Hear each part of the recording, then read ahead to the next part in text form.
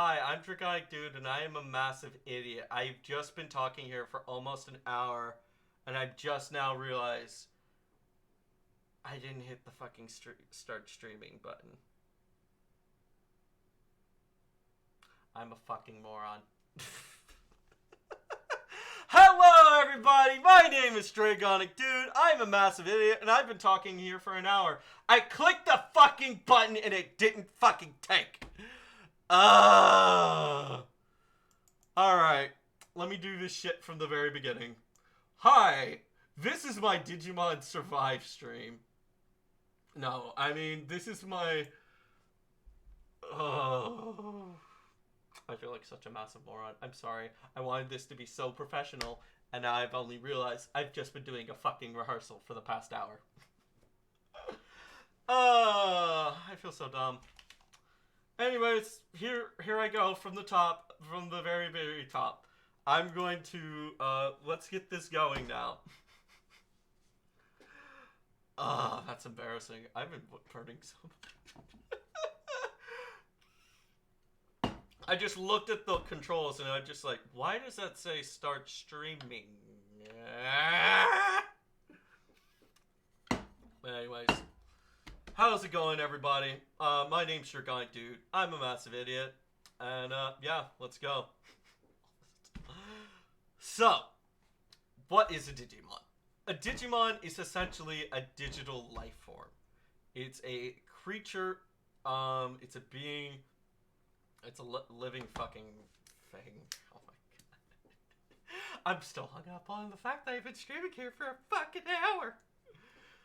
Well, not actually streaming. So anyways, Digimon started out as essentially this sort of Tamagotchi spin-off. It was oriented towards male children, in which case, and so like it was like a little plastic box. You got it, had some buttons on it, and you would try to raise this digital creature. And to appeal to boys, you could also take it and you could use it and you could fight your friends as Digimon. And that's kind of like where it started. That's where Digimon sort of started.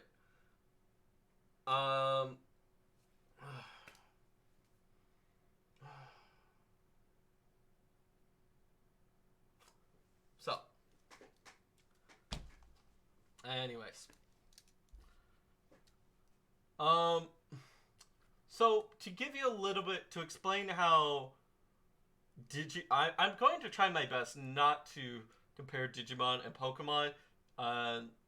So I'm just going to preface this stream with that. So, there are 3 realms when it comes to Digimon. If I go over to my art stream, there we go. I could go into detail about that. So, first off, you have Earth.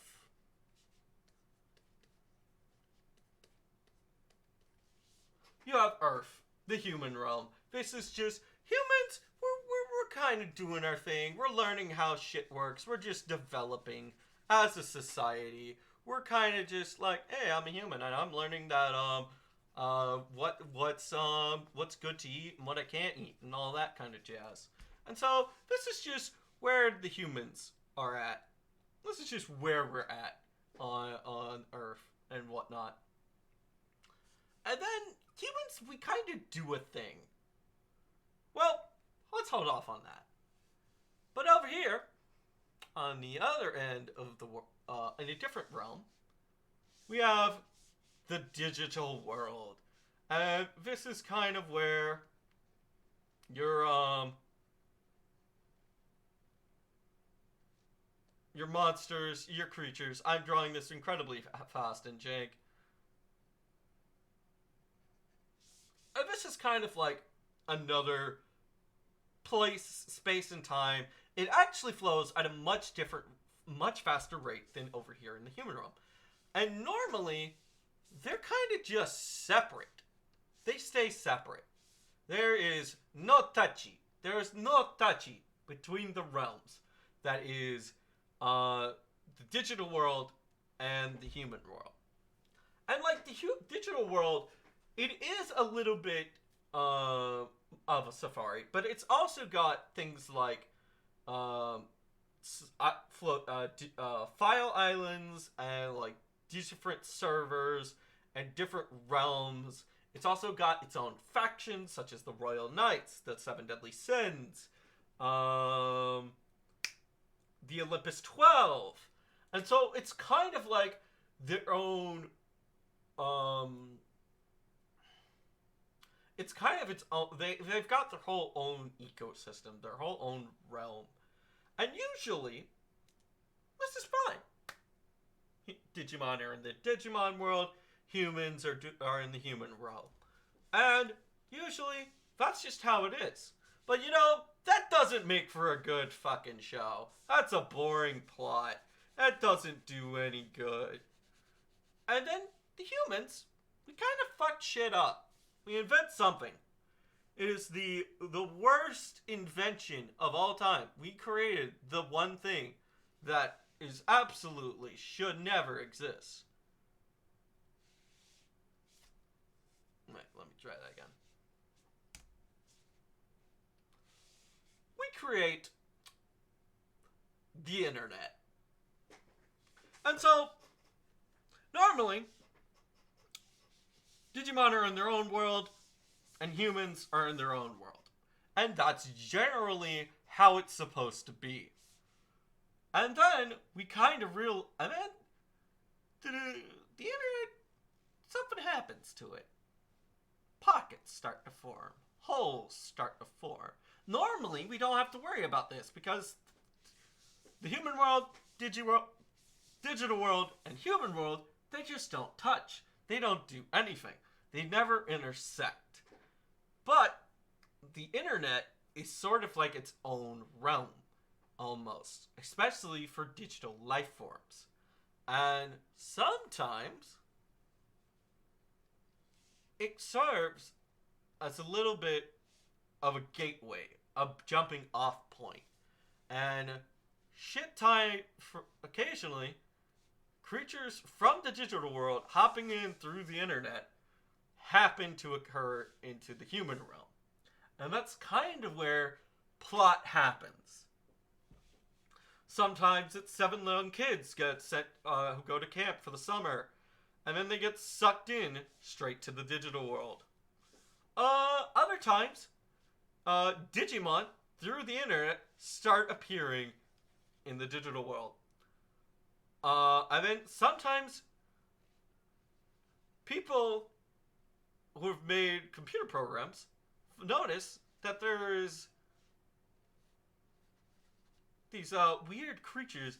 Hey, Digi! Welcome to the stream. I know I'm an hour late, but there's a funny reason for that, and the funny reason is that I've been sitting here for an hour talking to myself, realized I didn't hit the button. I did hit the button, I just never clicked through it. But yeah, welcome Digi, welcome. You haven't missed much. I'm still in the early stages. But anyways, so occasionally, for various reasons, sometimes it's a scientist called Karada, sometimes it's because children's going into VR chat cause a thing called an eater to appear for various reasons.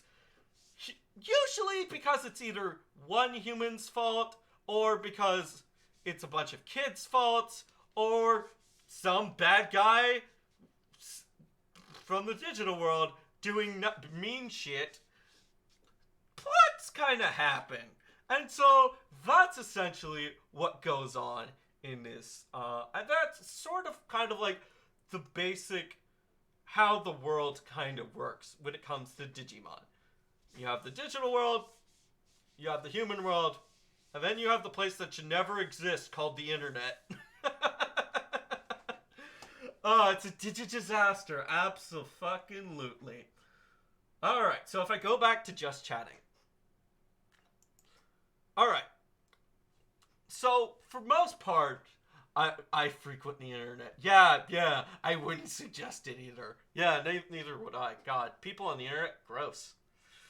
So, there are two. So, in regarding to Digimon, we've established that they are digital.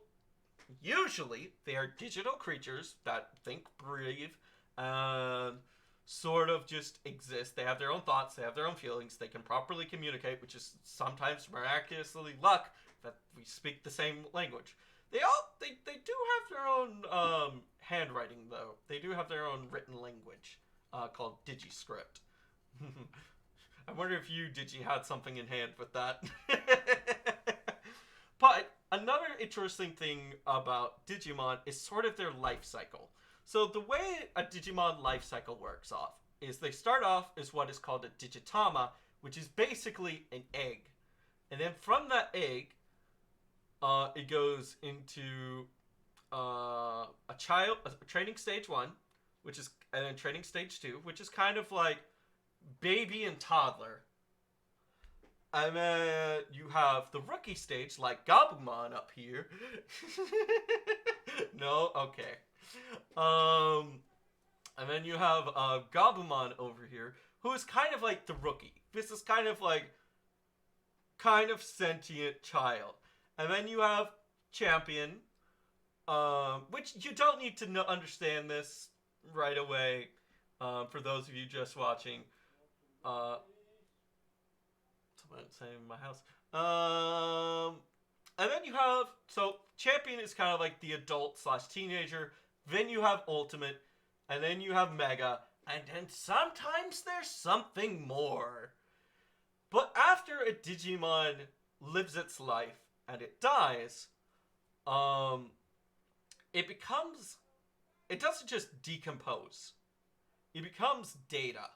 And in which case, that data is usually recycled and sort of reincarnated into data, which is then used to produce more Digitama.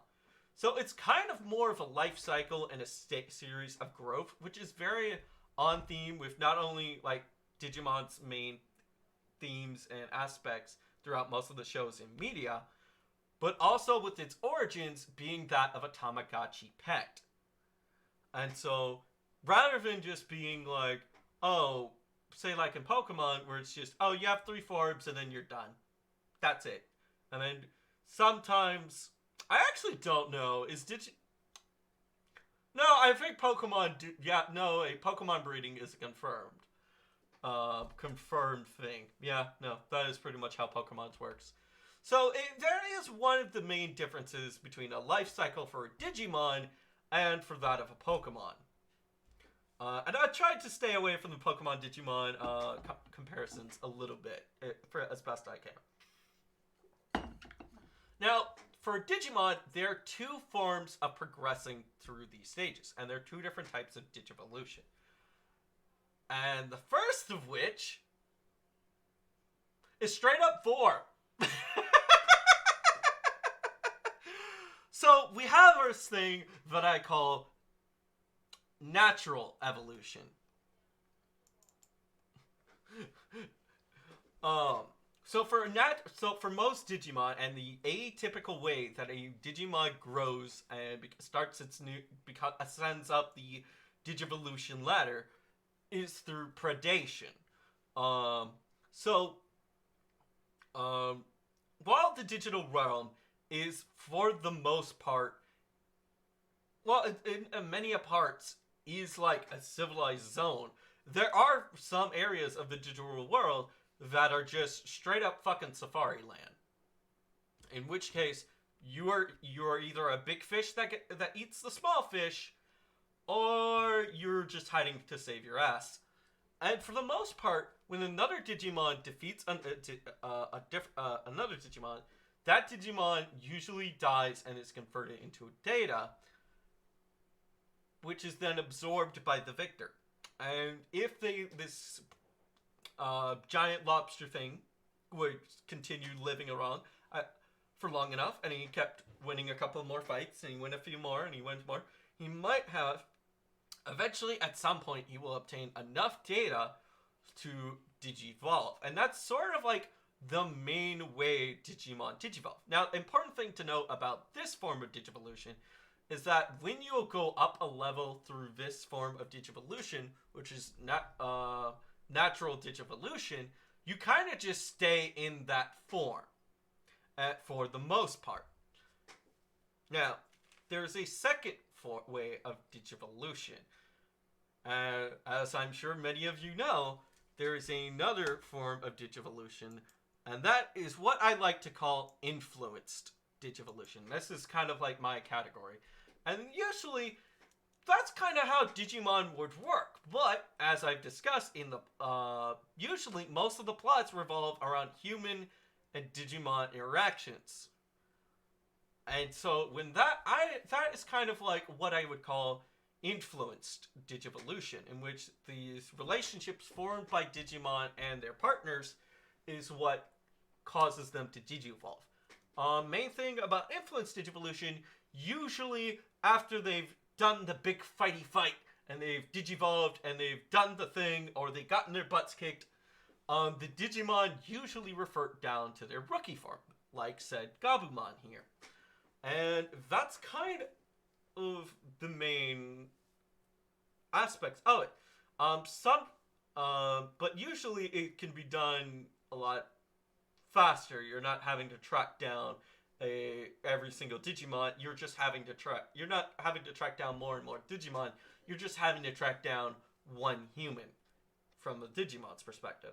Now, sometimes, usually, and most typically for the first form, from rookie to champion, it's the least requirements to it. Sometimes it's just, your partner's in danger and I must save them. Sometimes that's all it takes. In certain series, as you go up for different evolutions, and sometimes the requirements change a bit. Sometimes for the ultimate stage, or certain things, a certain relationship point is achieved, or you've gotten new understanding. Sometimes it's a magical thingamajig called the Digicrest that you must venture down to track down and then use to help your partner Digivolve. Sometimes it's a weird rock. So other times it's literally the tamer and the Digimon do a fusion and then they fuse, which is sometimes called a biomerge, sometimes it's armor Digivolution, sometimes it's a DNA Digivolution. There's a whole lot, but basically know that it changes. There is no consistency from series to series, which is a good thing, I think, because that way it can change from one series to the next, and people can experiment a little bit. So yeah. Alright. And that's another main thing I want to do highlight. As you go from one series to the next, there are multiple universes. Sometimes the rules in one don't exactly line up with the rules of another. I'm trying to go with the version that is the most universal, but there are some inconsistencies. Such as in the Tamers universe, Digimon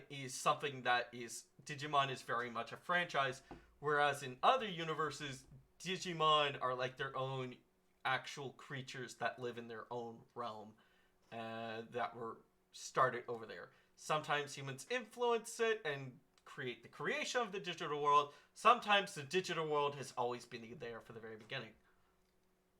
But try not to worry about it, and just whatever the current series is saying, go with that.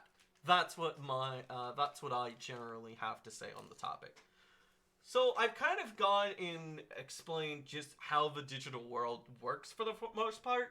How about I go into what I would like to do next is go into why would you give a damn about watching some 90s kids shit cartoon show?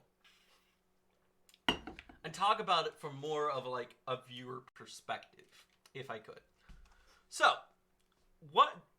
as I'm about to go through what I consider Digimon is at its best when, because of its theme tune, you know what? Some of its songs are absolute bangers. But yeah. Anyways, so let me give you an example. So with Pokemon, you have a more master and then my pet dog that breathes fire dynamic.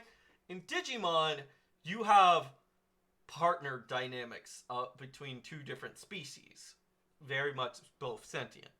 And one of the best examples that I can give of this is Joe Keto and Gomamon. So, as some of you are aware, that I am sure, but I'm just still going to use this as a good example to kind of explain my points. So, Joe Keto is from Digimon Adventure. He is the user of the Digicrest of reliability or whatever. Basically, it's not super important. What you do need to know is the relationship dynamic between Gomamon and Joe Keto. Joe Keto is this massive, massive worrywart. He feels like he had the crest of the being a nerd. Yes, he is very much a nerd. So for Joe Keto's life, and before he's always tried. He's kind of like the oldest of the group, and he sees like, I have to fulfill this role, and he doesn't necessarily. I don't have to. He doesn't necessarily act as the leader, which is sometimes his initial perspective, but he does act with like the act of the responsible one within the group. But to go more precisely between the relationship between Gomamon, who is the white seal creature on the left, and Joe Keto, who's the very human-looking human. Joe Keto is a massive worrywart. He is always worried about things. He's constantly stressing out about his future. For Joe Keto, and I think this is also influenced by his parents a little bit, he is studying up to be a doctor. And that's a lot of pressure for someone who is not only like, one, you're having to get good grades before you even go into med school. Going into med school is stressful, and then even when you've gone through that, you're dealing with a whole new set of stress called the stress of the knife, of like actually trying to save people's lives and whatnot. And Joe Keto, he genuinely does want to help people, but because of this whole issue that he has, Joe Keto constantly is stressing. He's prioritizing his future, and he's sort of giving up his present. Which is why Gomamon is so fucking perfect. So Gomamon is this lovable little seal. Gomamon loves to live in the moment. Gomamon is much more carefree than Joe Keto, and thanks to this, Gomamon balances him out. Joe Keto keeps him from getting in trouble, and Gomamon helps Joe remember to, hey, chill out, enjoy the present you're given with. And so it's a wonderful little character dynamic that really works between the two. Honestly, it's pretty dang good. You even get to see this in the Digimon reboot. A little bit. They kind of do take a different approach with Joe, but that's not important. So, rather than just like, hey, my pet dog, here is your Pokekibble. Alright, my pet dog. Now, go fight that other person's pet dog. You have these actual interesting character dynamics. It leads to being just wonderful relationships, and there's so many kinds. This is just one example. Not every relationship in Digimon are relationships that work out initially, or at all. Sometimes they don't even get to start. In one particular case that I can think of off the top of my head, but I'm not going to go into because that's a spoiler. But anyways, so Digimon is at its best when it has these beautiful and wonderful character moments. But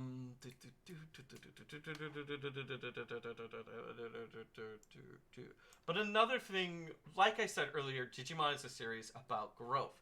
So as you're going through these characters, these individuals, you're kind of seeing these wonderful character arcs. And Digimon has some of the best ones there are.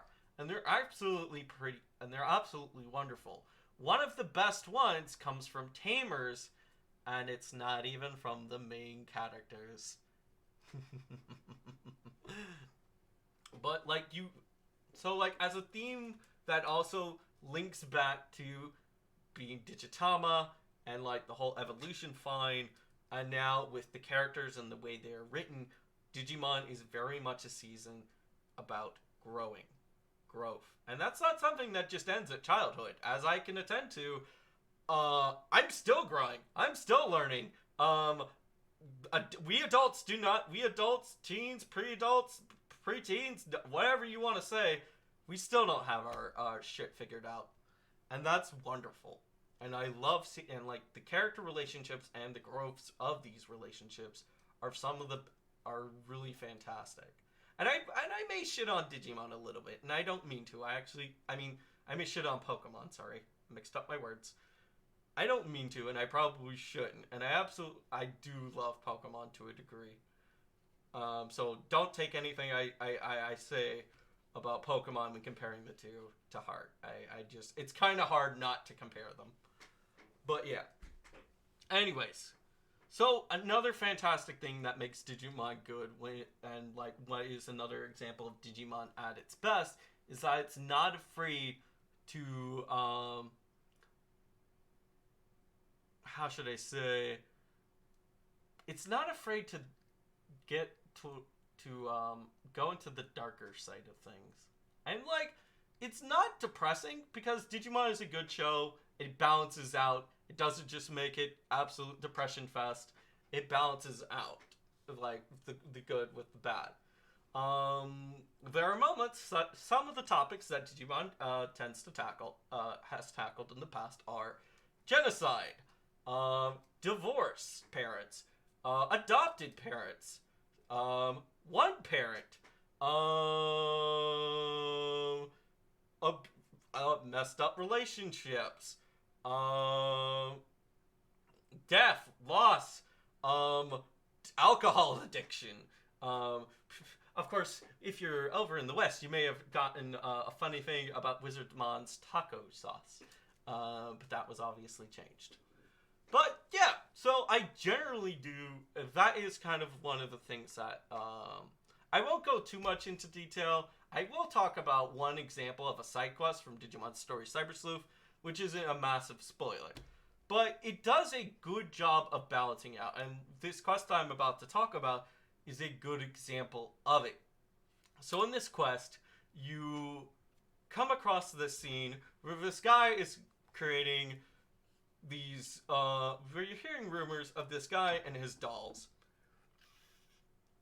You're like, wow, look at these real life dolls. Don't they look amazing? And the quest starts off as you're like trying to investigate this guy and his dolls, because you keep getting words about you're hearing from your friends that these dolls look exactly like them.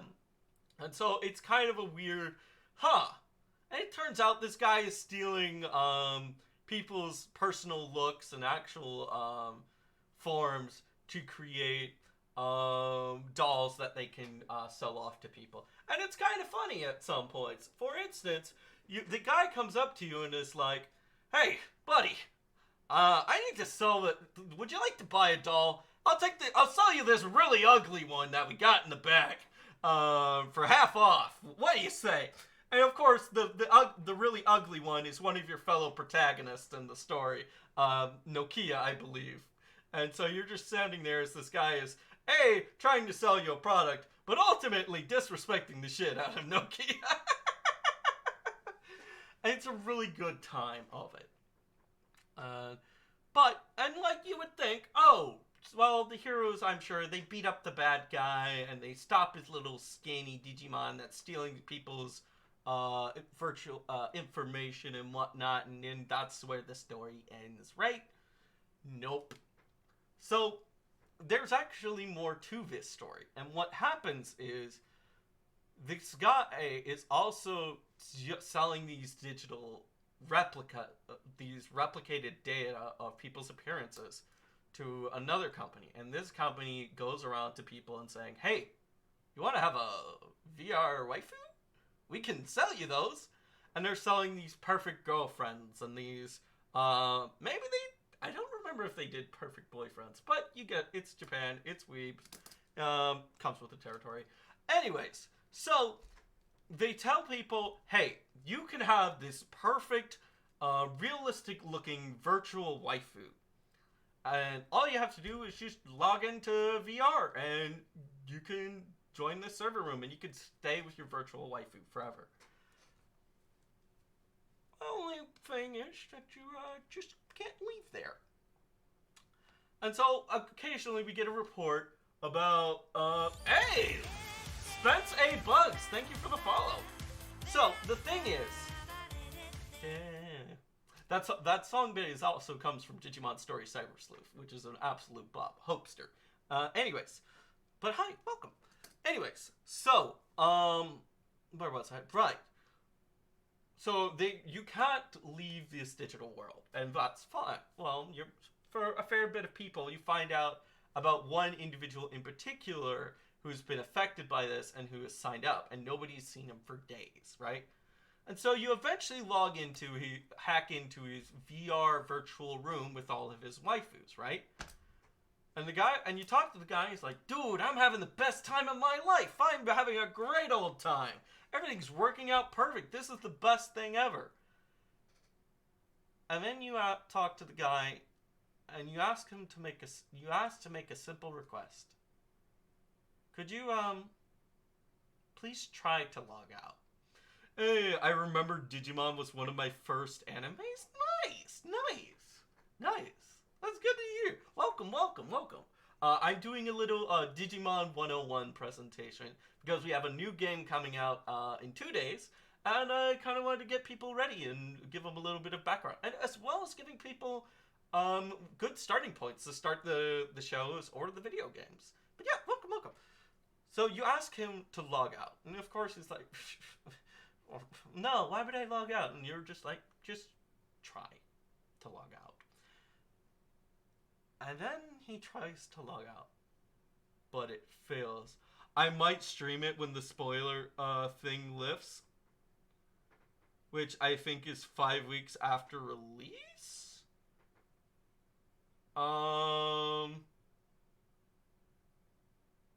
What is the spoiler?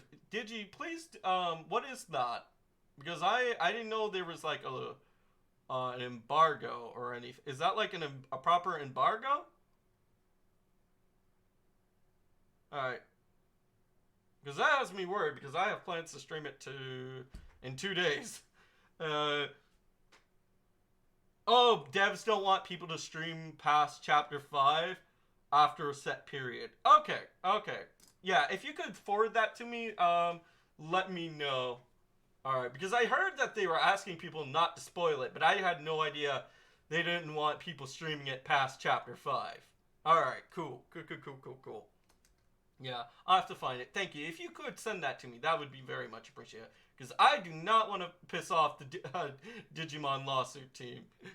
But yes, anyways. So, to get back into things. The debt, so you ask this person to simply try to log out, right? Yeah. Okay, cool. Thank you, Digi. I will get that.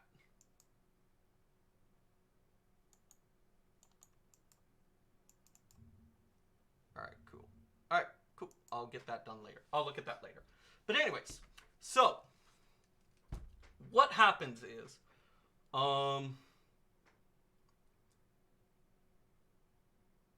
sorry. So they asked him to log out, right? I'm sorry, I've been saying this same sentence for the past minute or so, but yeah, they asked him to log out.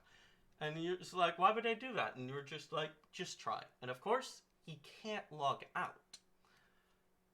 And of course, he's like, that's pretty funny. And it eventually builds up to, holy crap, what's going on? And he absolutely starts to lose his shit. And so, ultimately, what they find out is the reason why he can't log out is because his connection to his physical body has been severed. Because the people who have asked him to, the reason why they ask, just don't leave the VR room in which your perfect waifus are at. Yeah, physical bodies are overrated, Digi. You absolutely right. I actually have a plushie of the Digimon on screen. Nice! Yeah, that's Gomamon. We were talking about how him and Joe Keto are like an absolutely perfect a good solid example between Tamer and Digimon. But yeah, so the reason why they were asked not to leave the virtual space is because the people who sold them these virtual dolls, virtual waifus, went into these people's home addresses and took their bodies and then went ahead and sell their organs onto the black market. And yeah, that seems kind of dark. And I do want to stress that Digimon is a series that does know how to balance the dark, the funny, and then sometimes the absolutely 100% most wholesome things you ever seen. One example of which is that you see this girl and she asks you to do a favor. Could you take this blanket to the blue dinosaur over there? He looks cold. And of course the girl doesn't understand that he's not blue because he's freezing or cold. He's just blue because he's an alt version of Greymon. And the lewd. Yes, yes, well, Tamers is also one of the best Digimon series. It also brought Renamon to Tumblr. And yeah, you know, if it's on the internet, someone's gonna draw porn of it. But yeah. Anyways, so that's kind of like what makes Digimon. Digimon is to recap. Digimon is best at when it's got its great partner relationships going. You see genuine character growth throughout the series, as well as when it's not wanting to shy away from some of the darker aspects of itself. And there's a good bit of dark aspects, but it never just makes it an absolute depression fest. It does try to balance things out. Things may seem bleak for a while, but they eventually do get better, for the most part. But yeah, so I've gone over how things atypically work, as well as when Digimon is at its best. But what I would like to go into now are some great starting points for people to go into, like, if someone were to want to get back into Digimon, or someone were wanting to try it. And first off is my personal favorite, and if you only watch one Digimon, this is the one I recommend, and that is Digimon Tamers. So Digimon. No, no, we will lose. But it's actually a good point that you bring this up, Digi. So, that's actually, I'd say, very good discussion. Which feck it, I'll go into it. So, Digimon the movie, I want to try to get my bunny to cosplay Terriermon. Oh, that would look adorable, I bet. Okay, fine. Our war game. So what Digi is referencing to is back in the day, Pokemon released something called Pokemon the Movie with Mewtwo, and like the people behind Digimon were like, man, that movie made a lot of money. I want that. Digimon creators, do we have a Digimon movie we can release in the West? And they were like, no, we kind of have a couple of short films, but we don't really have anything that I would consider calling a movie. You know what? Fine, that's fine. We'll just mash them up together, put them together, throw an absolute 90s, maybe early 2000s time capsule of a soundtrack together, and we'll just mash them all together and make a movie out of it. And you know what? Let's take that, what's that TV show that nobody fucking knows, but only knows because it was in the Digimon movie? Yeah, Angel Anaconda. Yeah, let's throw that at the beginning and try to get that show's ratings up. They did do considering what they did end up with, yeah, they did do a pretty good job, Digi. The best dub film in the world. Oh, I could go into that. I could do a whole nother stream worth of just talking about that one film. But yeah. So anyways, Yeah, so Digimon has had some interesting dubs, I will say the least. But basically, they took like a bunch of stuff and they mashed it together, and it's quite hilarious. Let's let's kick it up. Yeah, they also had that moment. But anyways, to get back on track, so if you're only going to watch one Digimon series, if you're only, I think you only got it into you, if you're on the fence and like, maybe I'll try it, then Digimon Tamers.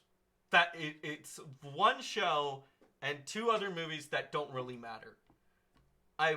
This is the show that I always recommend to people.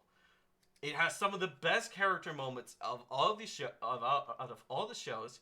You don't need to have watched any of the previous shows to get this show, and best character moments has most, and it has one scene towards the end that consistently brings me to tears.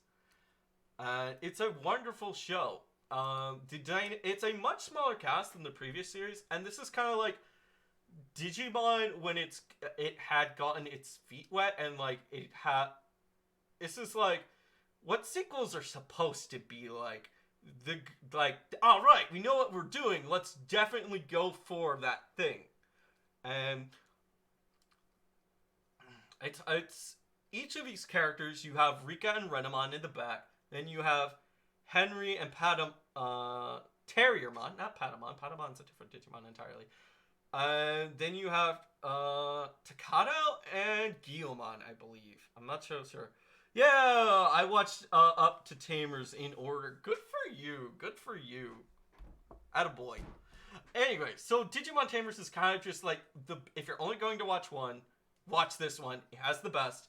You don't need to have seen anything before. It's actually in its own universe because in this universe, Digimon is sort of a franchise like it is in ours, and so they're not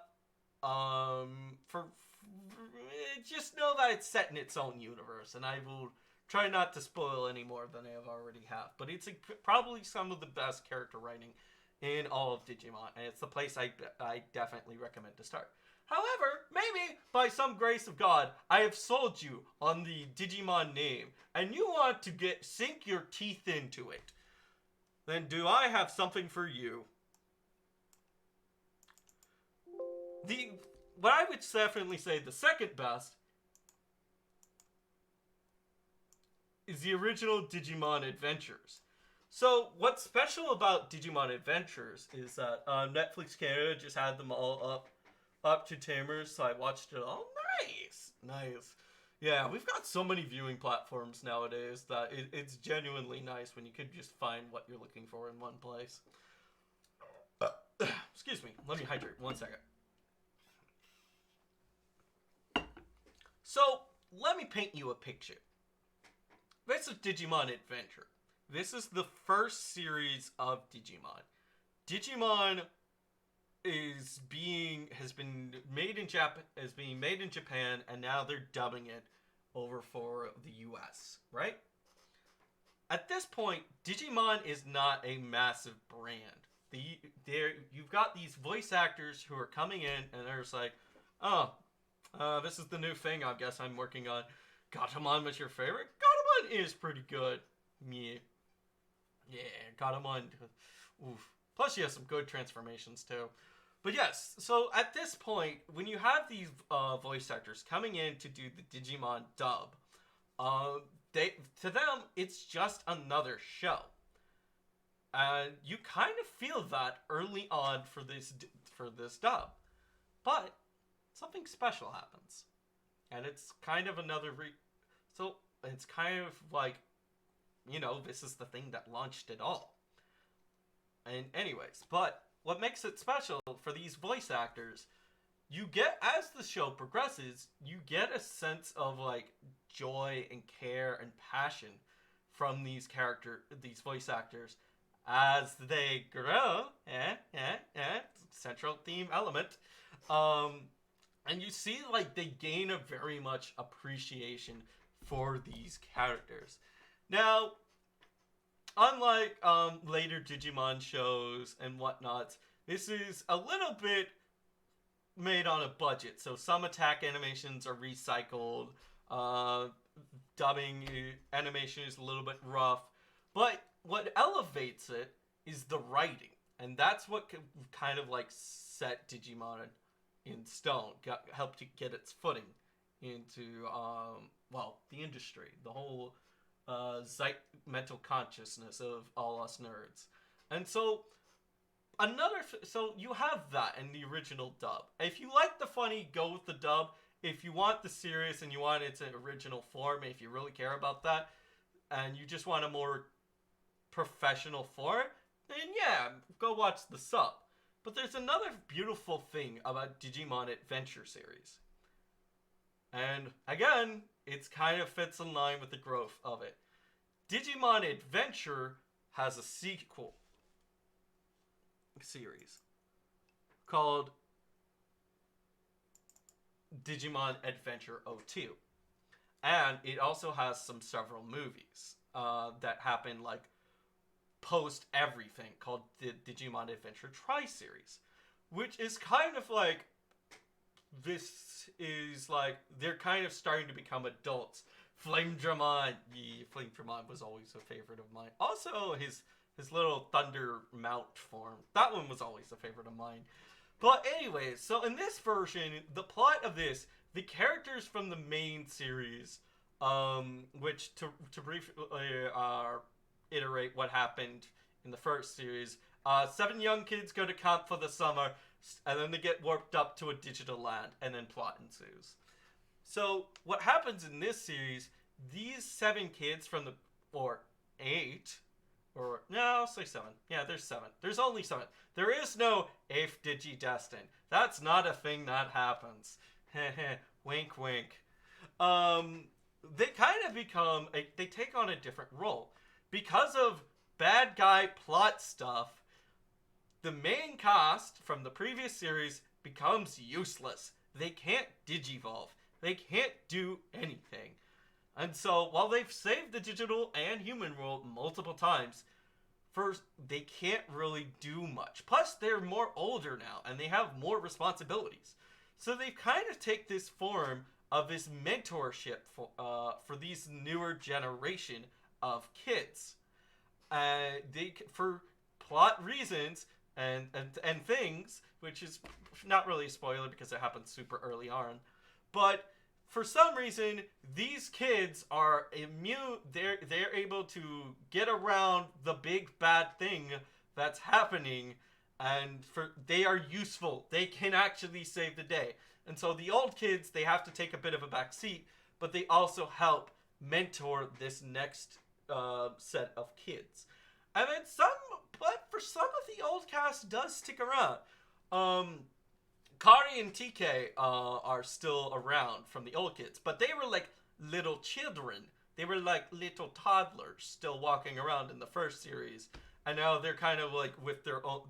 They're kind of age, on par with this new generation for the most part, and that's kind of, and so you get this sort of thing because of how Digimon Adventure works. If you look at it in entirety, you have Digimon Adventure, you have Adventure 02, and then you have the Tri-Films. And if you're someone who really likes to sink their teeth into something, and you want to follow some characters throughout a long journey, Digimon Adventure might be the thing for you. It's a bit of a time investment, I'm not gonna lie. Like, there's multiple movies. But you kind of see, like, these people through this original group of cast through multiple stages of life.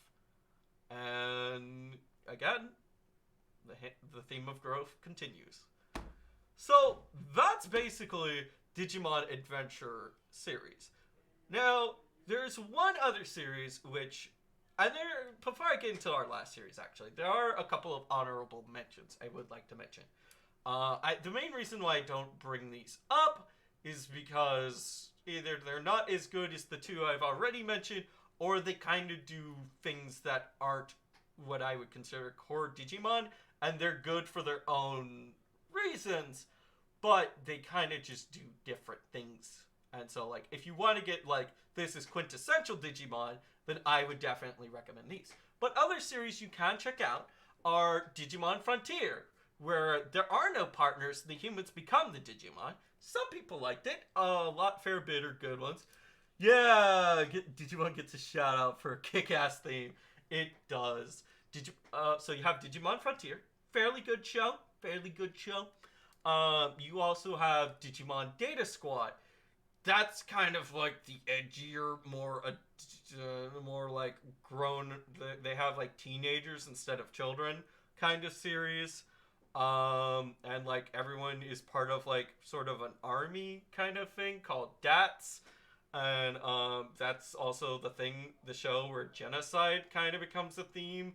And basically, if something bad happened in it, it's basically a show about what happens when one scientist does a lot of wrong and fucks it up for everyone.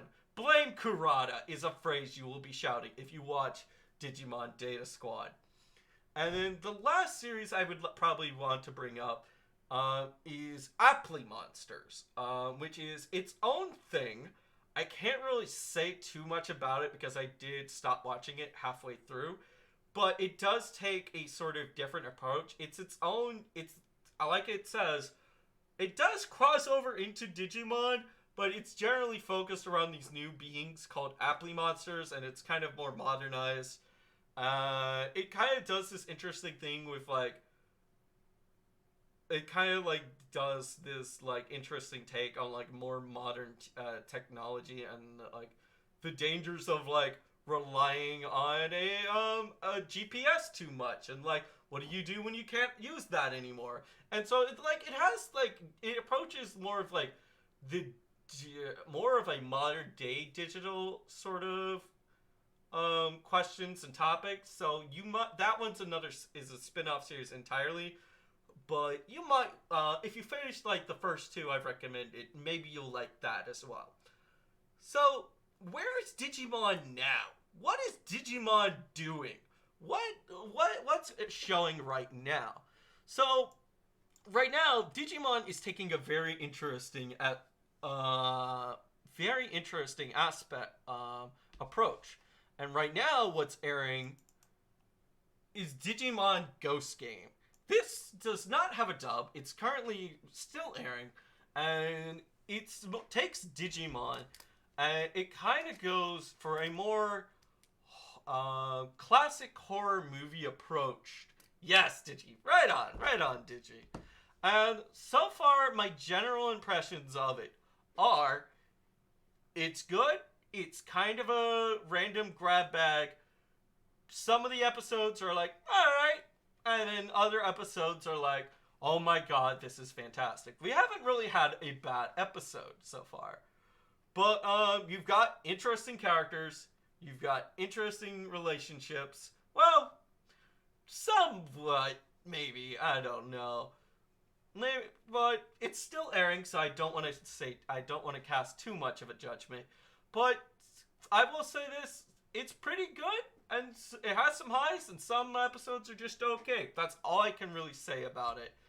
But, yeah, so, like we said earlier, this Digimon kind of takes more of, like, a more spoopy approach to things. Think, like, children horror. It actually does some of the horror scenes pretty good. There are some striking visual imagery here and there. But it also does like good references to like classic horror films, and it's pretty good sometimes. I gotta admit, it's really really good dark. Oh shit! I probably should have talked about Dark Evolutions, back in like the Influence Digivolution section. But basically, what Digi here has just referenced is Dark Evolutions. Not all evolutions go as planned. Sometimes the human partner, or maybe even potentially the other way around, kind of negatively influences that Digimon. And that's why I didn't call it like something like the friendship. Yeah, essentially, yeah. Sometimes that you may want your Digimon to digivolve, but you might not be exactly happy with how it turns out. Hence a dark Digivolution. And that's all I'm going to say. I'm not going to go into too much spoilers or details, but to quickly summarize some of these character relationships, we have Big Bunny Boy, who's an absolute lovable haiku spewing fuzzball, who just for some reason loves this one E-celeb girl because he just likes her music. He just likes her music. Then we have Hero, blue shirt up in the front, with Gamamon.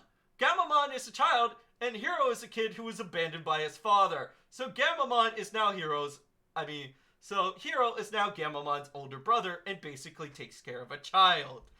And then we have my personal favorite, Higachi and Jellymon. Higachi is the dorm leader and is scared shitless by everything, and Jellymon loves to torture Higachi. And yeah, that's basically that's all I'm going to say about that. Although Jellymon seems to be a bit of a tsundere, I think. Is it tsundere? No, yandere is the crazy. Tsundere is the I hate you, but I really like you. Okay, senpai. Okay, fine. Yeah, don't get a big ego, senpai. Jeez. But yeah, so that's where Digimon is at right now. Also the first Digimon to have a female Digimon to have a male tamer. I didn't realize that, but yeah. Yeah, I think that's pretty accurate. Yeah, not off the top of my head. Maybe there's like one small instance, but yeah. I mean, I think they've gone on record on saying Digimon don't have genders, but I mean, if you look at fucking Angelwoman and her massive gazongas, who are you kidding, mate? Who are you kidding?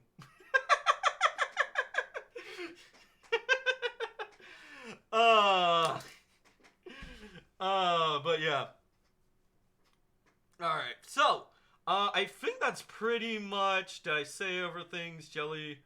Yeah, so, like, the best way I could describe, Ghost Game is, like, a jelly bean bag, of, like, some good bits and some great bits. And some okay bits. There really hasn't been a bad episode in the bunch. And yeah, I can't really say a whole lot about it because it's still airing, and like Digimon are also about growth, and you know they can always fuck up the ending. And so yeah, Angelwoman was literally my favorite evolution. I mean, she is pretty good. She is a pretty good one, especially like how she debuts in the Digimon Adventure series. Like she shows up and she gets the plot. She does some shit in the plot that I can't really talk about because potential spoilers. But yes, so we've talked about the show of Digimon. Let's talk about the games of Digimon. So, where would someone... So the way I'm going to approach suggesting some of these is try to sell you on video games as if you were just someone who's looking for a game, right? I'm not trying to be like, oh, if you're a Digimon fan, you'll love these games. Because if you're already a Digimon fan, you'll love these games anyway. You'll probably love these games and have your personal favorites. So I'm going to try to pitch these to you as more of like a gamer would. One sec. Here we go. So first up, we have... Yeah, I know. We have the game I streamed last year, and the game... Oh god, that's so fucking big! I feel like I'm doing a model reveal, slowly showing you people bits and pieces. So what we have right now, as I slowly, painstakingly show you this cover art, is Digimon Cyber Sleuth. So one of the reasons... So what this is it's a turn-based game with a great, excellent plot. You basically... It's one of the easiest to obtain as far as what one can get. So, it's available on Nintendo Switch, and it's also on Steam. If you get a base price, it's a fantastic deal because you are actually getting two games.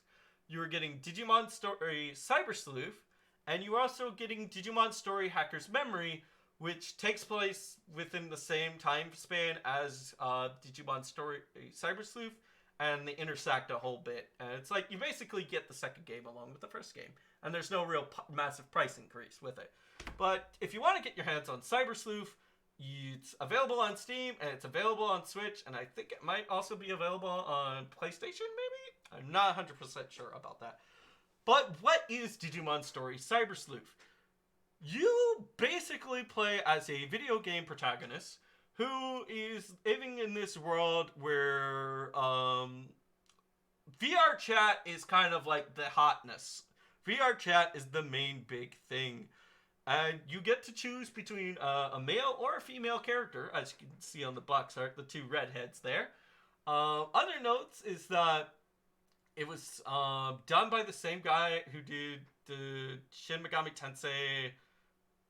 Not done by, but the character art was done by. Same guy who did the character art for Shin Megami Tensei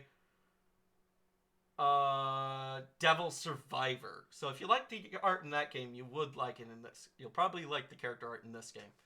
But so its basic premise, you are going into VR and you're about to meet up with all your other VR friends, with all your other chat room friends, and you're like, hey, we should meet up in VR, and you guys essentially go and do that. And then shenanigans happen, and then you try to escape because of something not right in VR, and then you get separated from your physical body. And so you have an issue of, like, right now, you kind of, like, are partially digitized.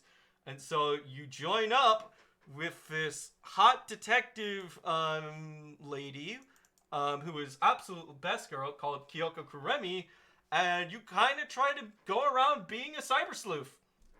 And you do things. And that's the best way I could... Digimon World PS1 games are the greatest of all time. They are pretty good. I'm going to... I think I get to that, right? Yeah, I do get to that. But, yeah, they are... So what I love about Cyber Sleuth, it was a fun time to stream for me personally.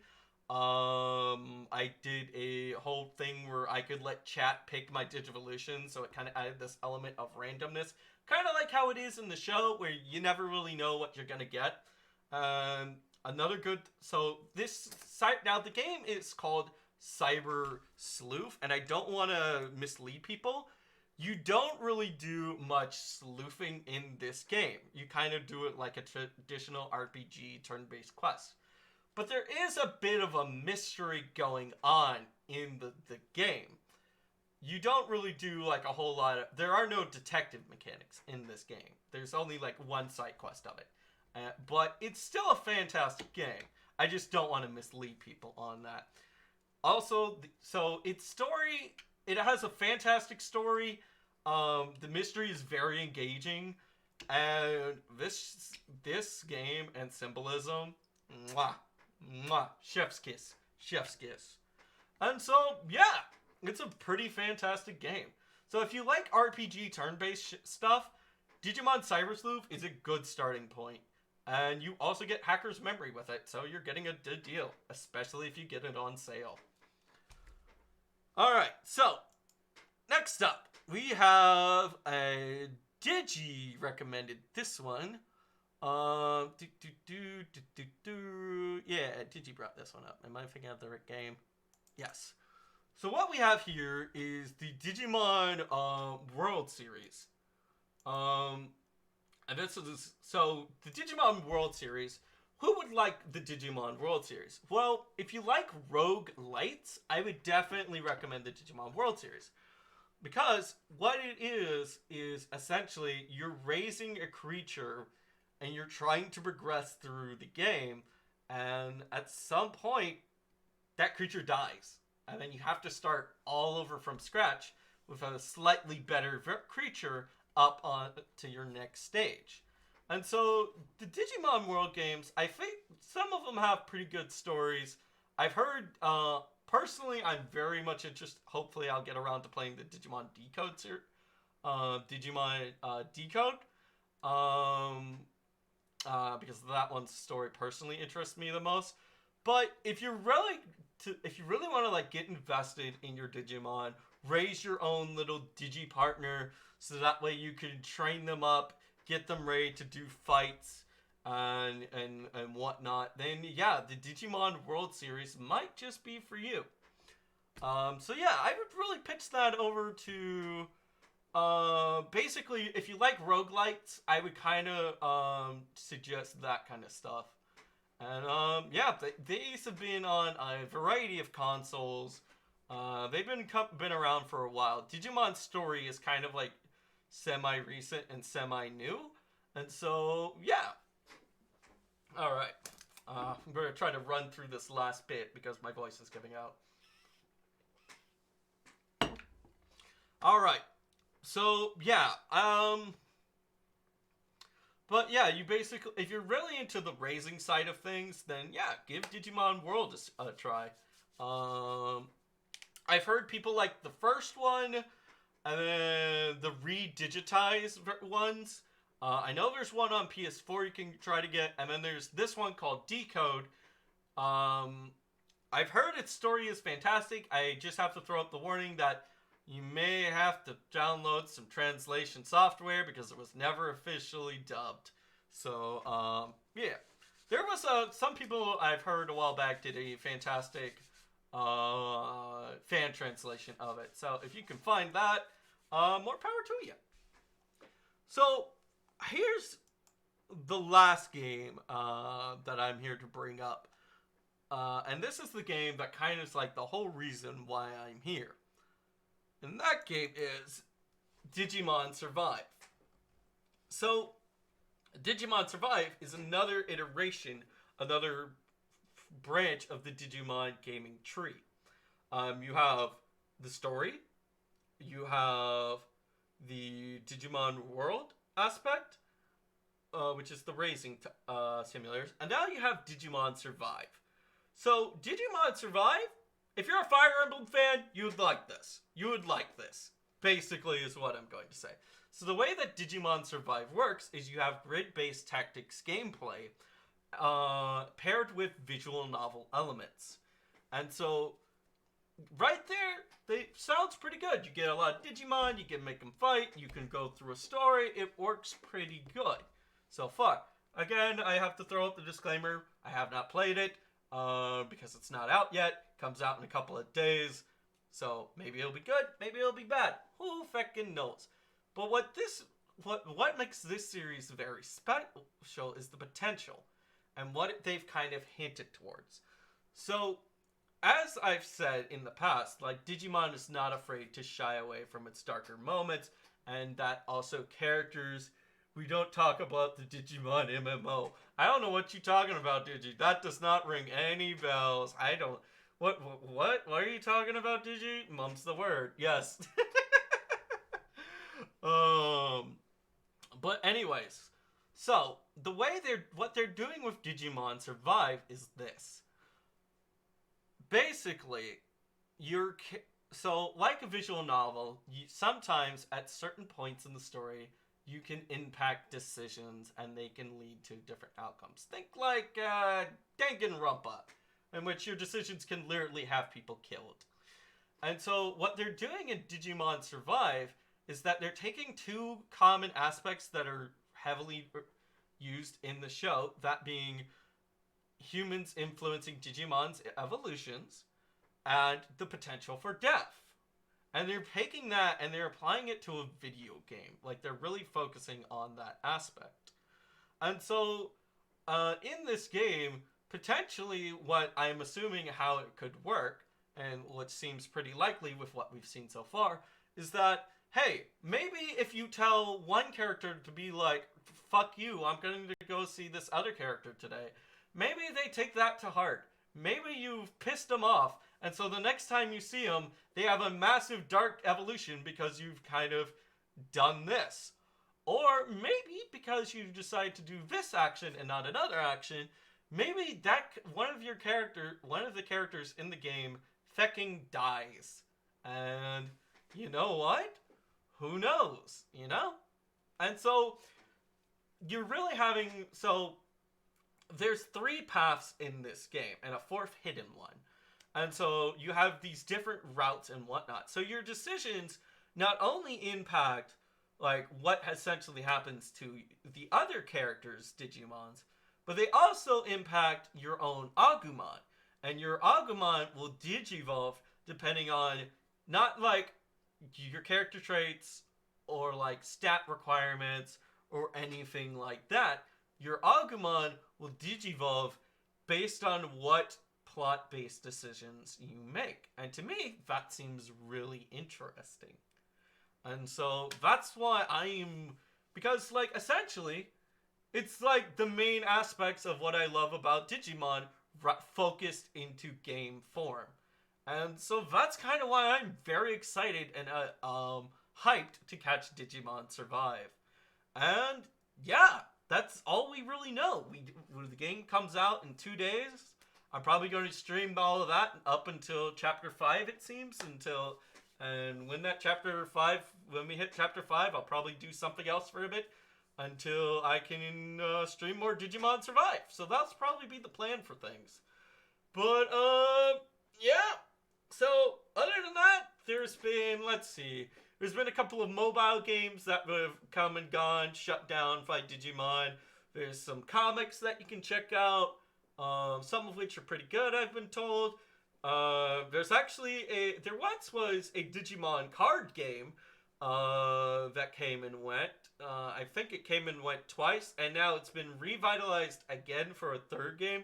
The current iteration of Digimon card game TCG is actually going on pretty damn strong. From what Digi has told me, it seems to be like a very good format. It seems to be like a very good game mechanically wise, and it kind of has this interesting mechanics and styles of, it's still going really strongly. Yeah. I think they're still releasing newer sets currently, but the way it works is basically you try to play your cards out as efficiently as possible. And when you spend too many points, it goes like, you start off with like, if you spend too many points, then your turn ends, and then you potentially risk giving your opponent additional points to work with to beat your face on their turn. And it seems pretty good. I haven't yet been able to play it myself yet because card games are expensive, and I've kind of just decided that I'm just going to stick to card game video games for a good bit. But yeah, I've heard very good things from people that I've met in more recent years, and from old card game buddies that I've hanged out with. And that's kind of where Digimon is at for the most part. I think there's one other thing, and they have this thing called the Digimon Vita Bracelet, which is currently what looks exactly like the current show's Digivice, but it's essentially a more modern VPET kind of thing, in which it'll track your steps, you can grow your Digimon. It's essentially a Tamagotchi in more modern era, and so that's pretty cool. They're kind of bringing back their roots. Where's the image I'm looking for? There you go. If I can get it. No, this is not a good image. Oh well, it's basically it's like a smartwatch mixed in with the Tamagotchi. And yeah, I think with that, I have covered the general brushstrokes of Digimon and your options. Thank you for everyone who came out to the stream today. So yeah, I think that's it for today. Thank you, Digi, and thank you, Spencebugs, for coming out tonight.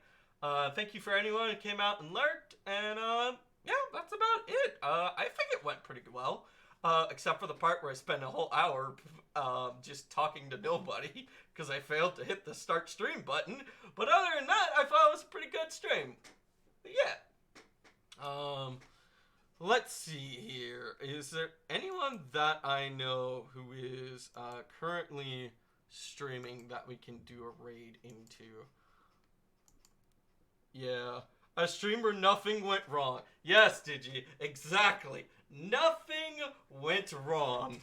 But yeah, who do we have? Who do we have?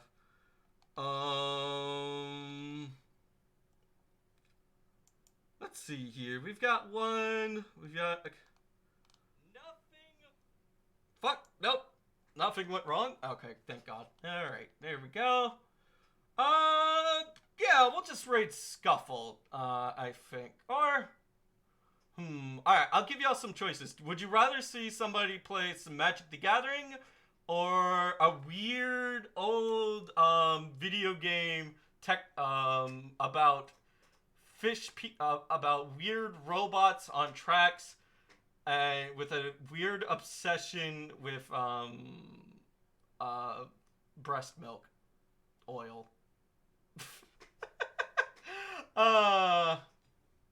Yeah. Let's just go ahead and rate Scuffle. I think we'll just rate Scuffle tonight, and we'll just call it a stream. But yeah, thanks for everyone came out tonight. Thank you, Digi, for letting me know about that thing, which I will definitely look into again. But yeah. But yeah, I'm gonna go ahead to the end card, and then we'll call the stream from there.